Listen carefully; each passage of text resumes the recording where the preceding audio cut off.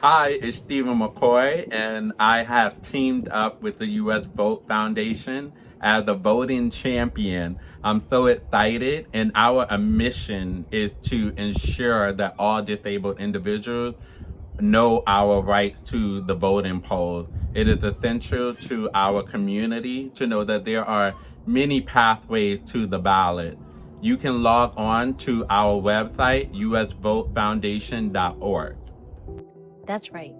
If you want to vote in this year's important election and you're thinking that you could benefit from an accessible ballot marking device, or you might need someone to assist you in some way, but you don't really want someone hovering over your shoulder or people finding out how you voted, US Vote and Stephen McCoy are going to show you how to get that done, how to exercise your rights so that you can vote with confidence in 2024 and have your voice heard. Come join me for a conversation with Stephen McCoy through US Vote. Tell us a little bit about your background and how you came to be someone who had a concern about voting to an actual US Vote voting champion. Yes, definitely. I know for me, I have Usher syndrome, a retinal eye disease that causes blindness and hearing loss. So throughout the years, I mean, the household that I grew up in, everyone was very adamant about voicing your vote. And that was always very important to me. And as time went by, it got a little bit harder because my vision started to decrease, my hearing started to decrease, and when going to those voting polls, it became a lot harder. People who were working the polls didn't necessarily know how to. I don't feel that they were properly trained on how to handle accessible voting.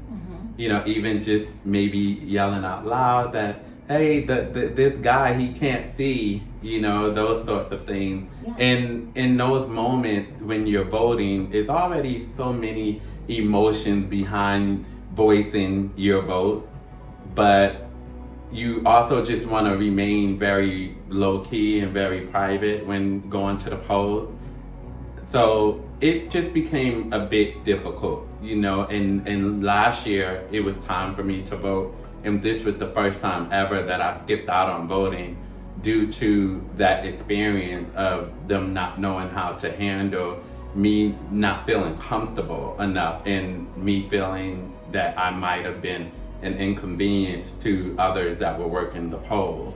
So I said last year I'm gonna skip out and vote, and I felt terrible about it. I tried to ignore it, and I realized that that's a mistake, or I should say a decision that I made that I wouldn't be able to take back. So that's why I'm really glad to be here today, to be able to say, you know what, no more. There is so many different opportunities for us to be able to vote, so many different avenues. I had no idea that, you know, and learning here from you and all of the resources that are available to those who have a disability. So I'm really glad to be here and be able to have this opportunity. So moving forward, it wouldn't. I know that I'll always be able to vote, and hopefully this will inspire other people to also get to those polls and amplify their voices. Yeah, and I think, Stephen, you can really relate to people with disabilities who aren't voting. 6% is the gap between people with disabilities and people without in terms of their turnout to vote. So we want to close that gap at US Vote, working with you, because I know you never want to be in that situation, and you can relate to that 6% gap of people who aren't voting because you just weren't sure. And one of the things I really love that you brought out just now is, first of all, everyone should know that they have the right to a private and independent vote, right? No one's supposed to know who you vote for. It's a secret ballot, and US Vote can help you connect with resources to make sure you can exercise that right. Yeah. And I think also one of the things I really connect to that you said is that you might want assistance when you get to the polls, But even more likely, you may not want assistance, right? Like knowing that you have the right to refuse assistance from somebody else. Yeah. And sometimes the assistance that a person might need is just access to information that you can get through US Vote. Yeah. Right? Absolutely. So if you were to go on our US Vote Foundation website, we have a resource guide for voters with disabilities. It's state by state, so every single state is covered, and it addresses a lot of questions people might have about the polls. So let's say, for example, if you were going to vote in New Jersey, where you're from, what would be your likely method? Would you want to vote in person, or would you want to vote by absentee ballot? Well, I would say in person. That's the way that I've always done it. I want to continue to do that, but then, as things are changing, I often think about the safety, not with the people that are working the polls. Once again, I just am not sure if they're fully trained. That's why I have friends who are mobility challenged and have wheelchairs. They are feeling absolutely unsafe to get to these polls and not sure if people would give them the proper treatment. And they too have skipped out on voting. So yeah, I think I'm kind of torn between the two, but I'm open to both just as long as my vote counts. Right. Yeah, but I still like the feeling of going out to vote, but then it obviously scared me enough where I skipped out on it. So with these resources, I know I'll be able to most certainly take advantage of and allow a smoother process and a more safe process, because I didn't like the fact that there was someone that was standing there while I was voting and actually and also pointing to the candidate, and it made me feel that they were kind of telling me who to vote for as well. So that's why I love that US Vote will be able to help us to exercise that right to keep that privacy. So yeah. Well, and all the poll workers are trained on the equipment, which is great to know. I think a lot of people don't know that, but sometimes someone might forget their training, right? Or you get there, and first of all, like if you're mobility challenged, like just getting into the building, right? Or if you're visually impaired, also navigating, like getting, through the maze to the vote. And let's say you get there and the machine is still in the box, and you're like, oh, right? Right. So that's really frustrating. So one of the things we can show you through the US Vote resource for voters with disabilities is how to practice using the machine before you go. So for instance, in New Jersey, you do have, there's 2 different companies they use that make these touch screens, and you can change the font. Yeah, you can change the contrast. There's even keys that have Braille on them. So, you can plug in and have a screen reader with headphones, which I think is critically important. Great. So it's not reading out like you just selected. Right. Yeah. Yeah. We don't want that. Because we sometimes use our audio devices on our phone, and it might give away your privacy and your right to keep your vote private. So okay, I love that. I love that we will have the opportunity to also have on headphones if need be. So that's great. Really important. And also knowing it's your right. So when you get there, I think, the poll workers are our heroes, right? Like they've gotten so much pushback recently. So they have good intentions. Sometimes they maybe don't have the know-how, like they can't relate, or are a little rusty. So, but you going and knowing what your rights are as a voter, like to be able to say like, no thanks, I actually don't want to have a seat, or yes, I would like an assistant. So if you wanted an assistant, you also have the right to pick the assistant of your choice, as long as it's not a candidate. Or there's a couple different laws for each state. So even that's in the US guide, US Vote guide.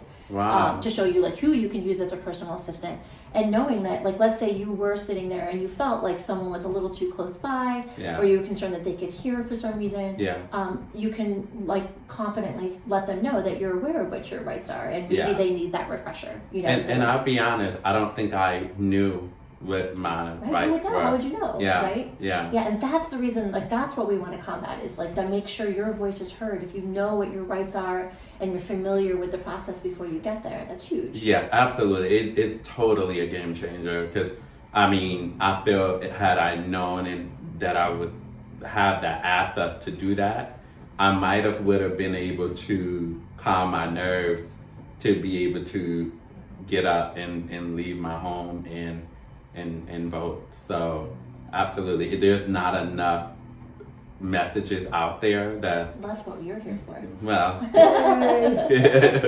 yeah. Well, I mean, it is important. I'm glad to be here and to be in collaboration with you guys because this is something that's near and dear to my heart. Mm-hmm. And I was completely embarrassed about telling this story because voting, again, history, all of that has been something that I've grown up. This is something within my household that we always spoke about voting. So I couldn't wait until I was finally legal to be able to, be of age to vote.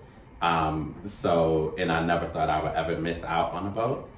But due to my disability and the fear that comes around that, and the lack of knowledge. But now I have the knowledge to be able to continue to voice my vote and amplify my voice through those votes. But of course, we want to be able to have everyone have that opportunity to vote. Mm-hmm. Because that's the thing. Some people who have disabilities, not even some, more than some, we don't see any accessibility even on the website. So what do? We just ignore it because it's already a lot that you have to deal with on an everyday basis. So just to be able to now know that there is a safe space for us and also opportunity for us to be able to have accessible knowledge, accessible websites that will inform us on how to vote, what to ask for. That's brilliant. It's brilliant. So, great. Yeah. Now, let's say instead of voting in person, you might have some people who prefer to vote with an absentee ballot. So you can actually use US Vote to also request an accessible ballot. So we have links at US Vote Foundation. And so let's say you went in New Jersey, you can request an accessible ballot, absentee ballot to vote from. And that will help you be able to vote from the comfort of your own home, on your own time, not dealing with other people around. Yeah. So you can do that. Now, one catch with that is in New Jersey, you still need to print that ballot. Yeah. And sign it. Yeah. And you might need help returning it. So those are three, more barriers that people with disabilities can face. And depending on your case, Steven, so Steven's in New Jersey, that's the case in your state, but there are some states that have electronic ballot return. So if you go onto US Vote Foundation's website, people can see, based on their state, what their options are for ballot return. So that's another thing to consider. Yeah. I would love to show you. What would you say about, what if we take a break and I show you what these resources are, and we can show our listeners and our viewers what these resources are. What do you think? I would love that. Okay. I would love that. Let's do it. Let's do it. This is Sarah Kepner from US Vote Foundation, back with Steven McCoy of Spoken Entertainment, here to navigate through the US Vote Foundation Resource for Voters with Disabilities Guide, state by state. And Steven is going to just take a little walk through this resource to show voters really how you can use this to make sure you get your voice heard this year. Yeah, that's right. I'm so excited about it. Yep, let's do this.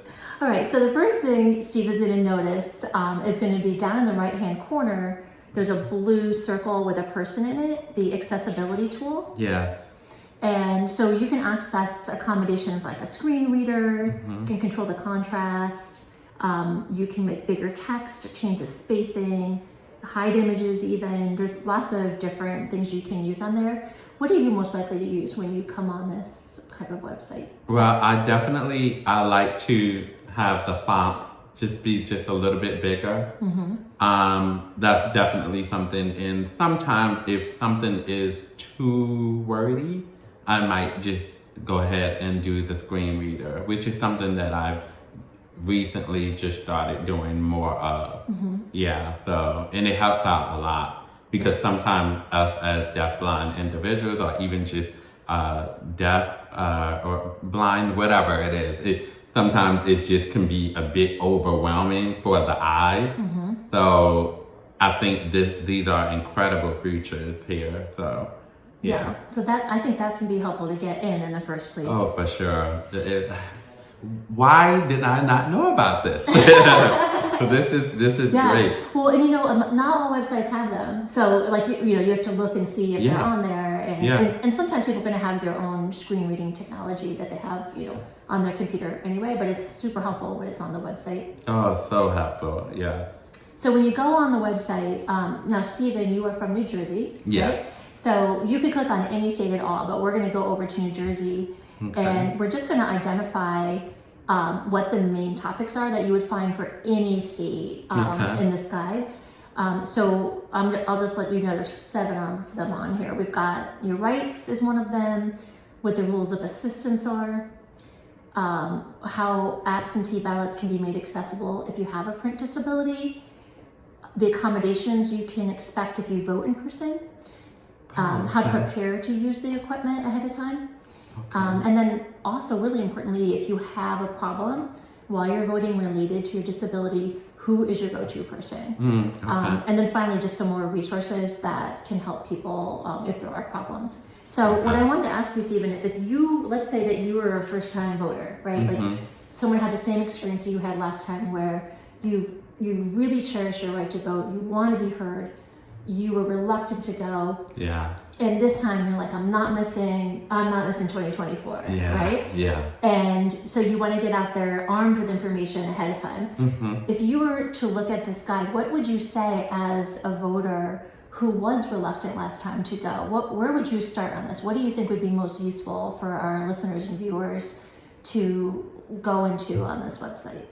I think I would ask about the accommodations for voting in person. That's what I would have asked for had I known. Right, so you find out like what specifically, you know, what kind of voting equipment do they have? Yeah.